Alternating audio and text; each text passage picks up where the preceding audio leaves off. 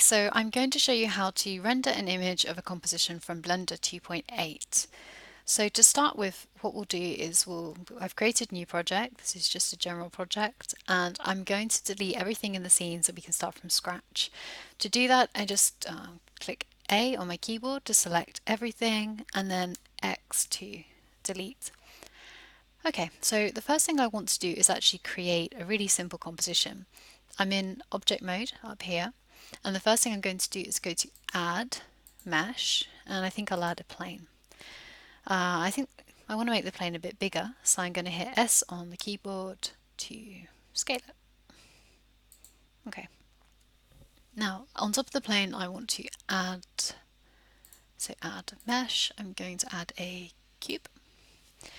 Our cube is through the floor, which isn't it's not ideal. So let's move the cube. Today we're just going to use these options down the side here. We're going to use the move button just to be able to drag the cube onto the plane. I think it's a little bit big, so I'm going to hit S to scale it. We're just eyeballing it at the moment, so yeah, okay, that will do. And I think we'll put something on top of the cube. So let's go to add mesh, and let's add a UV sphere. Okay, so again, back to 0. We'll just change its location, use S to change the scale, and we'll just put it down so it's on top of the cube. Let's make it a bit smaller. Okay, good. So what I want to do now is I want to add material so that I can change the color of my objects in the scene. So I'm going to hit the plane. So let's change the color of the plane first. Now to assign a material, go to this panel here and you'll see there are all these tabs down the side. And what we want to do is hit the second from bottom, this kind of checkered sphere, and this is it's going to allow us to set material. So we hit the new button, and the material is here. I'm going to change it to plain for clarity, and I'm going to go down to base color and just change the color to let's change it to blue. Good. But the issue is I cannot actually see that color in my scene. Now the reason for this is not because you haven't done it properly, it's purely you just can't see it yet, and that is because of the viewport mode that we're currently in. Now we're currently in solid mode, which doesn't show materials, and we want to change that. So if you look at the top right hand corner of the window, you'll see these different spheres, and we're going to toggle between them just to see what they do. We've got mesh, so we can just see the mesh. Solid, that's what we had before. Next one is look dev, and now when we're in this mode we can see the blue color, which is good. So let's stay in that mode for a little bit longer. The final one actually is rendered, and this is what we're going to be using when we actually render our image. If we click on it at the moment, you'll see that you can see the blue, but it's very dark. So later we'll come back to the scene and add some lights. But for working at the moment, we're going to go back into the look dev viewport. So we've got blue plane. So let's quickly assign some materials. Again, material tab, new. We'll call our material cube. Change base color to green. Hit the sphere, new. We'll call this one sphere, and we'll make that. Let's make it pink. Okay, so here we are. We've got a nice composition. Now, what I want to be able to do is actually see how it will look when it's rendered. So now I'm going to go into the rendered viewport setting. The rendered viewport here. So we're going to click the last sphere. You can see that the colors are there, but it really is dark. So I need to add a light to my scene. To do this, still in object mode, I'm going to go to add light, and I think I'm going to add a spotlight for now. If we zoom out, we can see we have a spotlight, but it's huge. So we're going to change the scale by hitting S on the keyboard, making it a little bit smaller, and then using these arrows to move it in the scene. I want to be able to rotate it, so I can go to these options on the left of the window here. There's a rotate, gizmo. move, and I can keep doing this. But you see, the main problem is that although I'm happy with the angle of my lights, I can't actually see it. And that is because it is not strong enough at the moment. So we're going to go back to this panel. We're going to look at the tabs down the side, and there's a light bulb tab.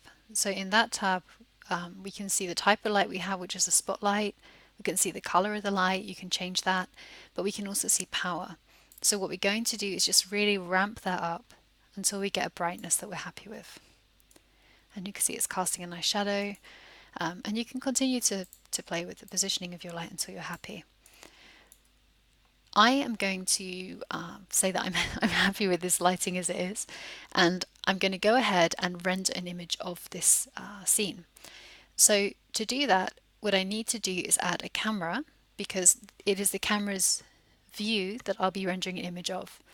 To add a camera, we'll go to Add, Camera. Now the camera's, like everything, it's gone back to 0. You can see it here. Now, I'm going to be rendering this view, so what I need to do is move the camera into a position that I'm happy with. Now, I'm thinking that could work, but as I can't see through the camera, I can't be sure. In order to see through the camera, you can just hit 0 on your keyboard, and we can see the camera view. And now actually what I thought would be fine isn't fine at all. It's clipping my entire, well, pretty much my entire composition. So let's go back to 0. Now I could start trying to, fiddle around with this and hit 0, camera view. This all gets a bit tedious. So what I would recommend is if you go to the top right hand corner of this window, I hope it's clear, you can see that my mouse is turned into a little crosshair when I hit the very corner. If you click and drag, this can be fiddly. Oh, if you click and drag, I've actually managed to. Okay, if you click and drag, you get 2 windows, which is nice because what I can do now is I can hit 0 in this window, so I see my camera view, but I still see the camera in the scene view here. So when I move it, I can see my changes as they will look in the render. So let's try, and you'll see actually this is in solid view. It doesn't matter, but again, if you wanted to change it, you could look. Well, actually, it's quite difficult at the moment because they're all hidden. But you could manually click on the render option there, or if that gets really fiddly, which oh dear, if that gets really fiddly, which you can see it might, you can hover over this window, click Z on your keyboard, and you'll bring up this menu. So you just hit Z on the keyboard to bring this up, and then you can actually just sort of toggle around and change it in there, which is much, much easier. Okay, anyway, so I'm happy with this composition. It's a bit wonky. Okay. Now to render this image, what I'm going to do is go to Render, which is at the top of the window here, Render, and I'm going to render an image. So hit Render Image.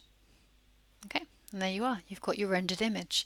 Now to save this out as something that you can use, you can go to Image, the top here, Save As, and you can save that wherever you like.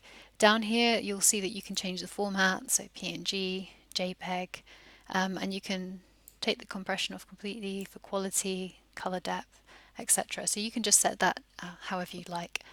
I'm going to cancel that for the moment, and you can close this window. If you want to see your render result again, for some reason, at the top of, this is new to Blender 2.8, it's pretty nice. You can see all these different tabs along the top. One of them is rendering, and when you hit rendering, you'll see the render result here, and again, you can go to Image, Save As, and you can actually save the image out of here as well, if you need to. Okay, so that's how to render an image, and next we'll look at how to render an animation.